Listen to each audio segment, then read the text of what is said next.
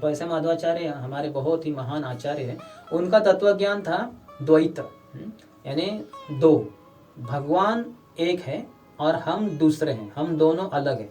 इसलिए जब प्रवचन देने के लिए भी बैठते थे तो ऐसे मुद्रा में बैठते थे, यानी बोलेंगे जरूर, लेकिन बोलते बोलते सभी जन देख रहे हैं कि हाथ, इनकी 2 उंगली ऐसी है, यानी मैं अलग हूँ और भगवान अलग है, हम एक नहीं है।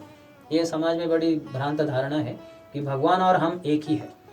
क्वालिटी में, गुणवत्ता में हम एक ही है। जैसे समुंदर जो खारा पानी का बना होता है, वैसे ही जो उसका एक बूंद है वो भी खारे पानी का ही बना होता है, लेकिन मात्रा में अंतर है। गुण समान है लेकिन मात्रा में अंतर है। अगर समुंदर की एक बूंद यहाँ डाली जाए तो थोड़ी देर के बाद सूख जाएगी, लेकिन यहाँ पूरा समुंदर डाला जाए तो पूरा शहर ही नष्ट हो जाए। तो उस तरह से भगवान अलग है और हम अलग है, हम उनके दास है, हम उनके पुत्र है। तो ये मध्वाचार्य का जो तत्व ज्ञान था वो जरूर बड़े जोर शोर से उन्होंने प्रचार किया, लेकिन साथ ही साथ वो मुद्रा में भी ऐसे बैठे। आप मध्वाचार्य के बहुत सारे फोटो देखेंगे जिसमें वो बैठे हैं तो ऐसे बैठे हैं, यानी भगवान और मैं अलग हूँ। तो ऐसे श्रीपाद माधवाचार्य हमारे ब्रह्म माधव गौड़ीय संप्रदाय के महान आचार्य हैं। और इसी के अंतर्गत इस संप्रदाय को ब्रह्म, पहले ब्रह्मा जी को ज्ञान दिया भगवान ने, और फिर मध्वाचार्य को ज्ञान दिया। और गौड़ीय संप्रदाय बाद में जाके बंगाल में गौड़ीय देश में आगे आगे आता है चैतन्य महाप्रभु से।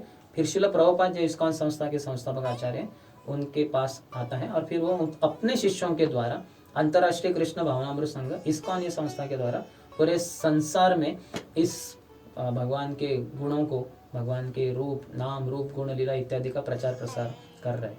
तो इसलिए शिल प्रभुपाद ने हमें माधवाचार्य के बारे में बताया कि कैसे हमारे ये संप्रदाय के महान आचार्य हैं, और उन्हीं की परंपरा में प्रभुपाद ने जो माधवाचार्य का जो ज्ञान है पूरे संसार में फैला दिया।